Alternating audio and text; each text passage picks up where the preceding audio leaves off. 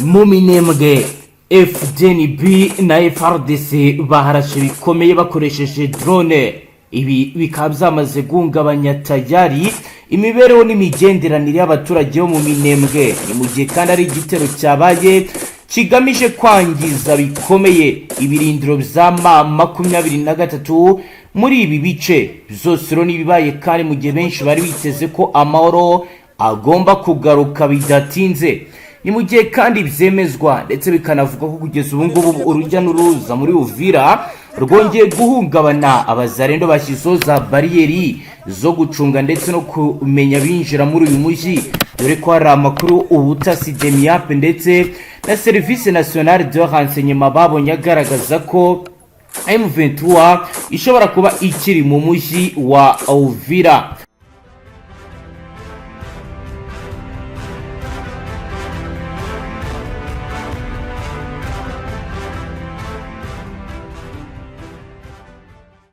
Ni operasiyo zikaze ku birindiro bya M23 aho Fdnb na Fardc bari kurasa bikomeye ku birindiro bya M23 bakoresheje drone. Ibiro bikaba bijyanye neza n'ibikomeje kugenda bigaragara kuri ACTU yo mu Minembwe ndetse no muri territoire ya AVIS. Urugamba rukomeye rwakaze kandi ruri ku rundi rwego. Turareba rero ibiri kubera mu gace gamaze iminsi kibasirwa cyane muri territoire ya Minembwe. Turaza kandi kubabwira ibiri gutangazwa ndetse n'ibyo abantu bagaragaza kubijyanye n'ibiri gutegurirwa i Bujumbura byatangiye gushyirwa mu bikorwa. Turaza kandi kureba ibiri kubera muri groupement Mutambara aha ni muri territoire ya Fizi, aho rero roko informers ziratubwira ko urugamba mu isura nshya ziti biragaragara ko ibikomeje kugenda bimera ndetse n'ibikomeje kugenda bitegurwa n'intangiro y'imirwano ikomeye. Turi kubona abasirikare benshi bazanwa ndetse n'ibikoresho, kandi biragaragara ko ibiri kugenda biba ndetse n'ibiri kugenda bitegurwa bishobora kuza gutuma abaturage benshi bahunga abandi bagakomereka.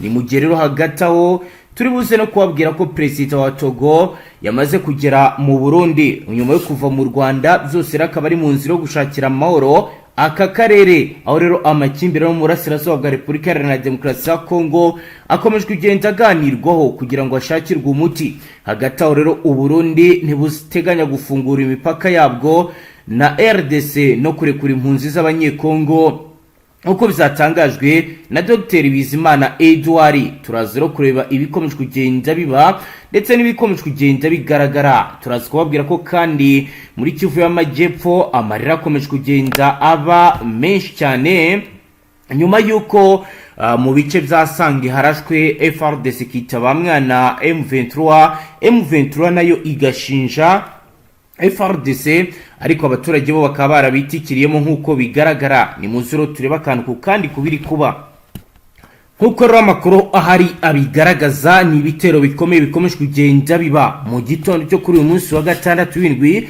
ku igenekerezo rya 31/0/2026 muri centre ya Minembwe mu burasirazuba bwa Repubulika Iharanira Demokarasi ya Kongo.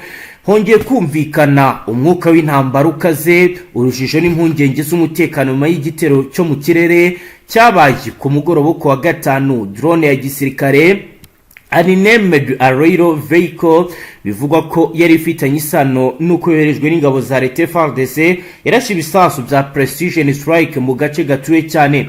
Iki ni igitero cyafashwe n'abaturage benshi nk'igikorwa cya gisirikare military operation cyakorewe muri aka gace kari karimo abasivili benshi, kikaba cyarasize abasirikare batagaragaye ariko abasivili barakomereka. Ibintu byakajije impungenge kwikoreshwa ry'intwaro ziremereye muri utu duce dutuwe. Nkuko amakuru yize waturuka muri centre ya Minembwe bivuga, iki gitero cyabaye agana mu masaha y'umugoroba mu gihe abaturage bari mu bikorwa byabo bya nyuma y'umunsi, dore ko havuzwe ko drone yagarutse itambuka hejuru high altitude surveillance flight nyuma yo kugaba igitero mu buryo bwa air to ground strike yibasiye inzu imwe yo mu mujyi rwagati.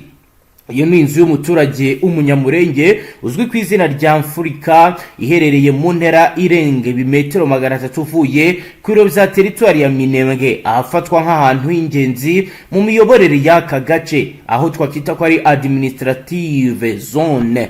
Abatangabuhamya baravuga ko drone yakoresheje ibisasu bifite imbaraga zo gusenya explosive ordinance bigateza structural damage ikomeye ku nzu byibasiye, ndetse bigateza n'ingaruka ku zindi nzu zari hafi aha. Mu gitondo cyo kuwa gatandatu habaye icyo gitero hagaragaye bidasanzwe, aho twakita ko ari battlefield after match.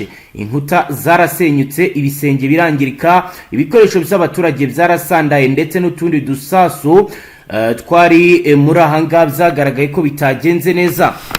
Abatangabuhamya bavuganye n'itangazamakuru bagize bati, twabonye drone iguruka hejuru isa niri mu butumwa bwa reconnaissance, hanyuma ihitirasa byabaye nk'igitero cya surprise attack. Abari bari muri iyo nzu ntabwo bari bafite aho bahungira. Aya ni amagambo agaragaza uko abaturage babonye icyo gitero nk'igikorwa cya gisirikare kidateguje, unannounced strike, cyagabwe mu gace katarimo imirwano ifunguye. Amakuru yemeza ko abantu 3 bakomerekejwe n'icyo gitero, bose ari abasivili bari mu nzu, bakomeretse mu rwego rutandukanye, bamwe bagira ibikomere by'amasasu, ibindi bakaba rero byaratewe n'inzu yabagwiriye. Bahise rero bajyanwa ku bitaro kugira ngo bavurwe, ariko abaturage baravuga ko ivyo bigo bidafite ubushobozi buhagije bwo kwita ku nkomere bitewe nuko barashwe n'intwaro ziremereye nk'uko bigaragazwa mu duce ibi byabereyemo. Abakora mu rwego rw'ubuvuzi medical evacuation kujya aho iki kibazo kiri, bikaba bivuga ko bikigoranye bijyanye nuko muri ibi bice n'ubundi kuhageza imiti ari ikibazo. Kugeza mu gitondo cyo kuwa gatandatu nta tangazo rya gisirikare official military communique riratangazwa n'ubuyobozi bwa Fardc risobanura cyangwa se ryemeza iki gitero. Icyakora abaturage benshi bo muri Minembwe bavuga ko drone bayihuje n'ingabo za leta ya Kinshasa hashingiwe ku buryo yakoragamo, naho bivugwa ko yaturutse. Hari amakuru avuga ko drone yaba yaraturutse mu cyerekezo cya Bujumbura mu Burundi. Ibintu byakajije impaka ku bijyanye n'ubufatanye bya gisirikare, ibyo twakita ko ari regional military cooperation, ibintu bituma habaho kwibaza ku ikoreshwa ry'intwaro z'igisirikare mu bikorwa byibasira abantu ahantu hatuwe, bigakora ku ngingo z'amategeko mpuzamahanga agenga intambara, international humanitarian law, cyane cyane ihame ryo kurinda igihugu ndetse n'abasivili. Iki ni igitero cyabaye mu gace gatuwe cyane n'abanyamurenge, bikongera impungenge ku mutekano w'iri tsinda ry'abaturage bavuga ko rimaze igihe riri muri zone de conflit armé. Abaturage bo mu Minembwe baravuga ko bakomeje kwibona bari muri crossfire hagati y'impande zitandukanye zihanganye, haba ku ngabo za leta ndetse no ku ruhande rwa M23 AFC MRDP. Umwe mu baturage yagize ati, iyo hifashishwa drone n'ibisasu byo mu kirere, abasivili baba ari bo bagirwaho mbere na mbere n'ingaruka. Ibi turabirambiwe. Biro ni ibiri kwa mu jyandi makuru dufite aragaragaza uburyo ki hakomeje gushakishwa igisubizo kubirebana n'umutekano muke muri aka karere. Aho rero ku wa gatanu Perezida Paul Kagame yagiranye ibiganiro byo mu muhezo na Tete Antete ndetse na Florent Ganzegebe wa Togo, akaba n'umuhuza mukuru w'umuryango w'ubumwe bwa Afurika ku mugambi w'amahoro mu burasirazuba bwa Repubulika Iharanira Demokarasi ya Kongo. Perezida Paul Kagame na Perezida Ganzagabe banahuye n'itsinda ry'impuguke ryashyizweho n'umuryango w'ubumwe bwa Afurika rigizwe n'abahoze ari abakuru b'ibihugu bya Afurika. Iryo tsinda rigizwe na Osengan Obasanjo wahoze ari perezida wa Nigeria, Salwak Zawed wahoze ari perezida wa Ethiopia, Mongwetse Masisi wahoze ari perezida wa Botswana, Catherine Samba Panza wahoze ari perezida wa Repubulika ya Centrafrica. Ibi ni ibiganiro bagiranye n'iryo tsinda byibanze ku gushimangira ihuza bikorwa hagati y'ingamba z'ubuhuza zo ku rwego rw'akarere n'izo ku rwego rw'umugabane. Ganzagabe na ziriya mpuguke nyuma yo guhura na Perezida Paul Kagame biteganyijwe ko bagomba guhura na Perezida Felix Antoine Tshisekedi wa Repubulika Iharanira Demokarasi ya Kongo. Mu myaka inishize nibwo amakimbirane mu burasirazuba bwa Kongo yongeye gufata indi ntera ubwo ingabo z'iki gihugu zuburaga imirwano zihanganye n'inyeshyamba zo mu mutwe mu 23 nubwo amahanga yakomeje guhuriza mu biganiro Kinshasa n'uriya mutwe ndetse n'u Rwanda rugashinjwa kuwushyigikira intambara ntirabasha guhagarara kugeza amagingo aya biracyakomeye nyuma y'uko rero Perezida wa Togo avuye mu Rwanda isajya i Burundi aho yaganiriye na Perezida Evariste Ndayishimiye n'ubundi kubirebana n'ibikomeje kugenda biba. Ni mu gihe kandi kuri ubandi makuru akomeye aragaragaza ndetse aravuga ko Minisitiri w'Ububanyi n'Amahanga w'u Burundi Dr Edouard Bizimana yatangaje ko igihugu cye kititeguye ufungura imipaka yo ku butaka giuriwe na Repubulika Iharanira Demokarasi ya Kongo. Leta y'u Burundi yafunze umupaka wa Gatumba na Vugizo ku itariki ya 9 z'ukwezi kwa 12 2025 ubwo abarwanya M23 binjiraga mu mujyi wa Uvira isobanura ko itizeye umutekano. AFC yakuye abarwanyi bayo muri uyu mujyi ku itariki ya 17 z'ukwezi kwa 2026 ku munsi wakurikiyeho ingabo za Kongo na Wazalendo bisanzwe bikorana n'ingabo z'u Burundi batangiye kugenzura. Mu kiganiro n'abanyamakuru cyabaye ku itariki 29 z'ukwezi kwa 1 Minisitiri Bizimana yatangaje ko hari abantu baherutse kugerageza kwinjira mu Burundi bambutse uruzi rwa Rusizi bityo ko rero iyo mbogamizi ituma imipaka ikomeza gufungwa.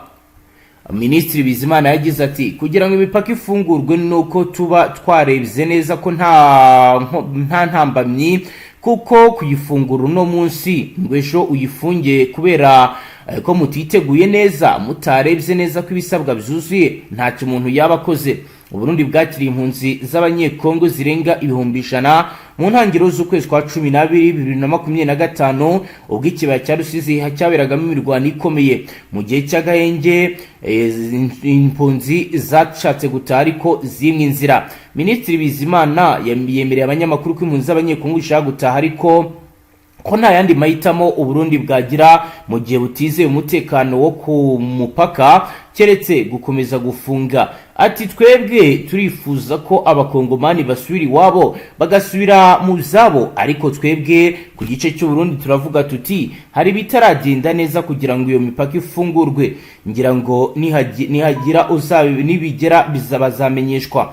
Uyu muyobozi yemeje ko ubuzima bw'impunzi z'abanyekongo mu nkambi zo mu Burundi bugoye ariko ko zikomeje gukusanyizwa inkunga kandi ko leta ikomeje kohereza amafaranga yo kuzifasha kubaho. Ni mu gihe rero hagati aho Repubulika Iharanira Demokarasi ya Kongo ku munsi w'ejo Tshisekedi yayoboye inama y'abaminisitiri ndetse n'inama yafatiwemo icyemezo ko Repubulika Iharanira Demokarasi ya Kongo igomba gutanga umukandida ku mwanya w'umunyamabanga mukuru wa OEF kugira ngo ahangane na Louise Mushikiwabo. Ibiro ni ibiri kwa mu gihe Roko Informa zitubwira ko cyane biragaragara yuko byaba ari ku ruhande rw'isika cy'u Rwanda 23 ubu twasiyo iri mu misozi yegereye ahitwa Amomosho mu hafi y'imisozi yegereye Kamanyura ku muhanda umanuka gato werekeza ahitwa Kakamba hafi n'umuhanda n'ubundi uva Sange werekeza ahitwa za Kamanyura cyangwa se n'ubundi mu mahurizo y'imihanda iva Ruvungi werekeza za Sange no mu bindi bice bitandukanye.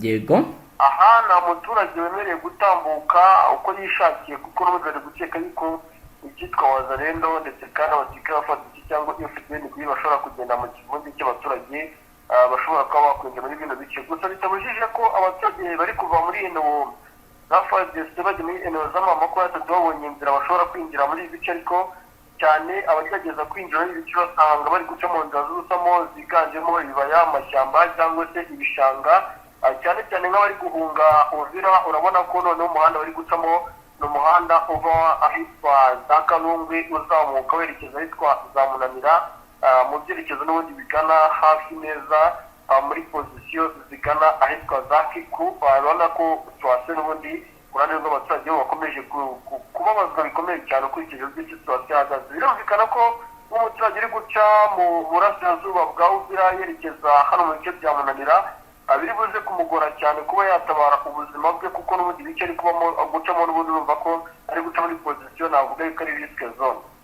Risque zone ushingiye ku kemable ni risque zone kuko mama ko atotiyego iri Makobora mu makuru yatotiyego iri mu misozi ya za Makobora ariko nanone nubwo iri Makobora anavuga ariko ku ruhande rw'igisirikare cya Fardc nabo bari mu misozi yegereye Makunji bari kishura bari mu misozi yegereye Karengera bari mu misozi igana hafi na za Kamombo tumaze iminsi tubona abasirikare bari kuva mu bibogobogo bagana muri bino bice amaze iminsi tubona biri kubera ku Wezero n'upango w'umuturage uri kuva hafi n'iriya misozi ya Zamunanira atambika mu burasirazuba bwa Uvira agana ku cyerekezo cy'umuhanda route nationale kabiri uva mu burasirazuba bwa Uvira werekeza n'ubundi mu misozi ya Minembwe ashobora kuza kwisanga yanaguye wenda muri bombardement n'ubundi zivugwa ziri gutegurwa n'uruhande igisirikare cya Fardc abafatanyabikorwa babo kandi no ku ruhande rw'amamoko kimwe baravuga bati mu gihe baturasheho mu misozi ya Kamombo cyangwa mu gihe baturashe mu misozi yegereye Kiko cyangwa mu bindi bisozi no mu bindi bice byegera hano mu misozi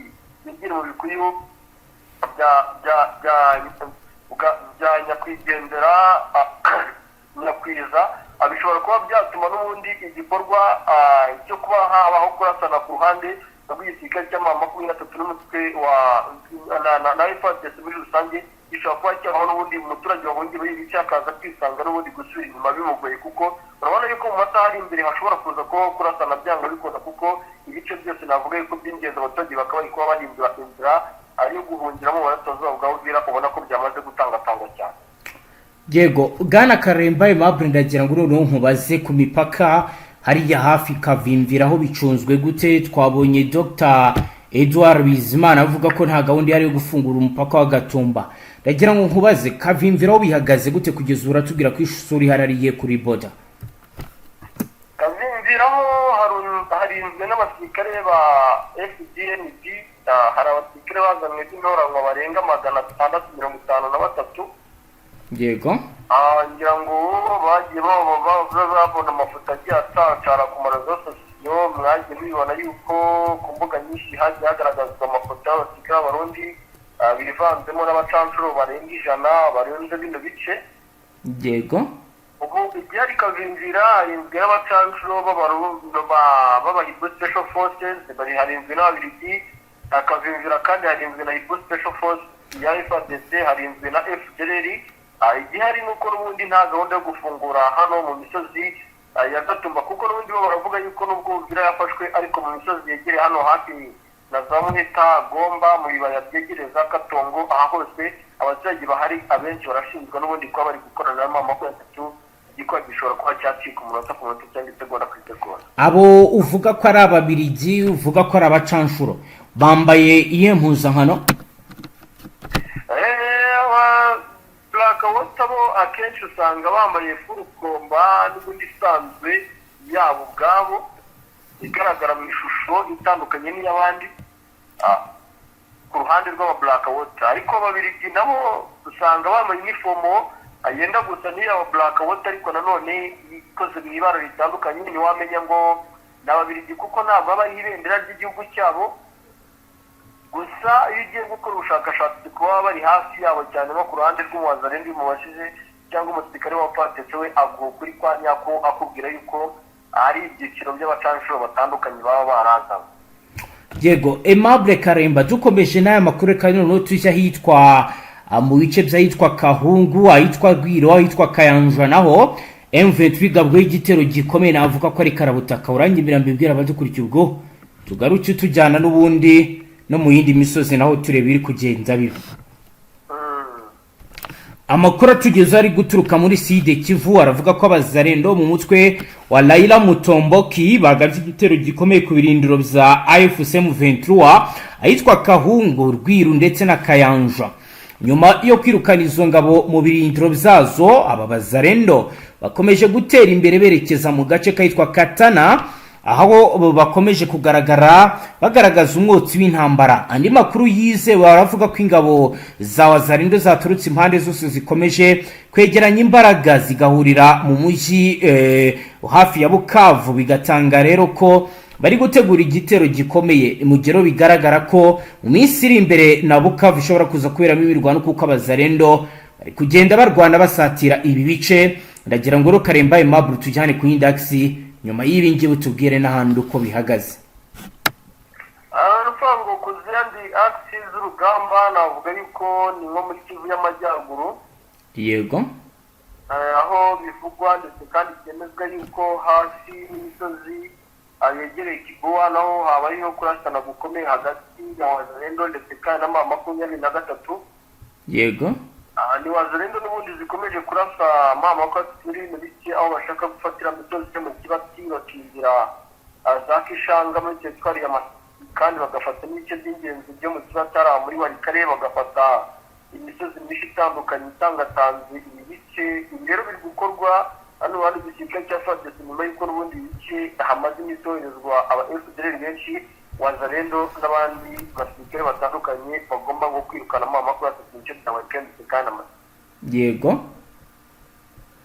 Dukomeje ndaya makuru mu yandi makuru, hari raporo imaze gushyirwa hanze n'umunyamakuru Daniel Micombero igaragaza ibyo M23 yangije ubwo yasohokaga muri Uvira cyangwa ubwo yari ninjiragamo. Bagaragaje raporo ranyemeranye isomera abadukurikiye, ubwo turagaruka utujyana noneho no mu bice bigenzurwa na M23 naho tubwire biri kugenda bibabwana Karemba Aimable. Ni mu gace kayitwa Kabimba muri kari mu majyepfo y'intara Kivu y'Amajyepfo haracyagaragara ibimenyetso by'ibikorwa by'ubugizi bwa nabi bavuga ko byakozwe na M23 nkuko byemezwa n'abatangabuhamya baho. Ku kirombe cya sosiyete Eseke ahahoze huzuye ibikoresho by'ububiko bw'ibikenerwa mu mirimo y'iterambere, ubu hasigaye ibiro byasawe, kontineri zarasataguwe n'imyanya irimo ubusa, aho mbere hateganywaga hari ingunguru za Goudron. Byose rero bikaba bivuga ko byasawe na M23.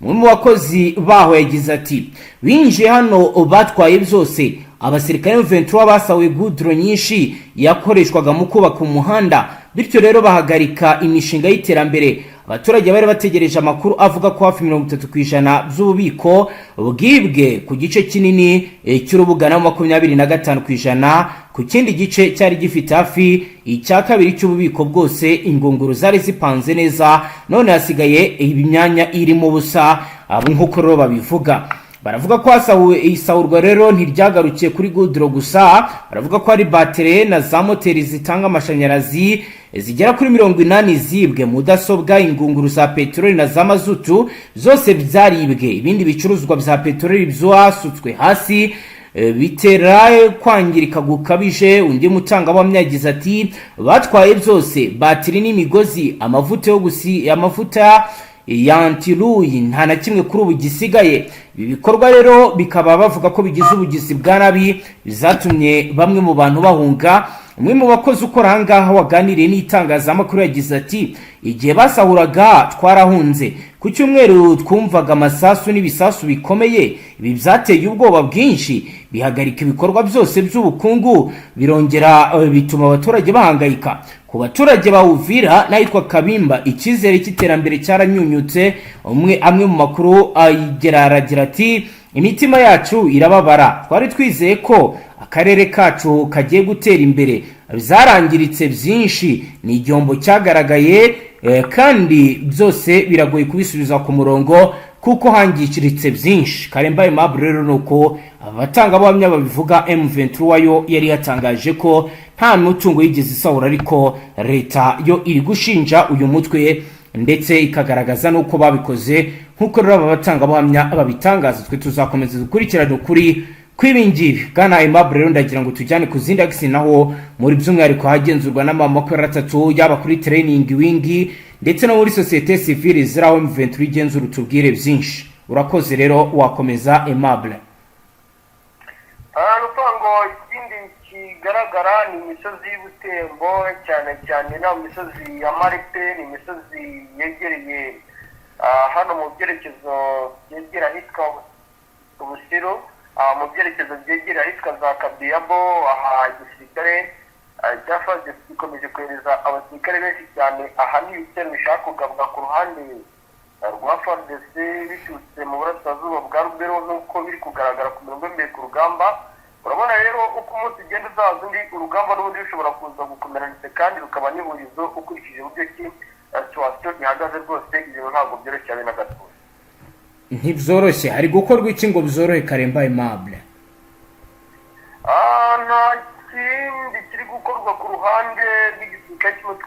M23 wenda nko ku ruhande rwayo navuye ko nabo hari abasirikare benshi bari gukura hasi n'imisozi ya za Masereke, abari gukurwa mu birindiro bya Rimbongo bazamurwa ku muhanda wa kabiri bagana hafi y'umuhanda wa Rugero Musenene kugira ngo bagotere hafi Fdnb ikomeje kugeza abasirikare benshi muri pozisiyo za Katwa umusozi witegeye Rugero ndetse kandi ukitegera na Butembo.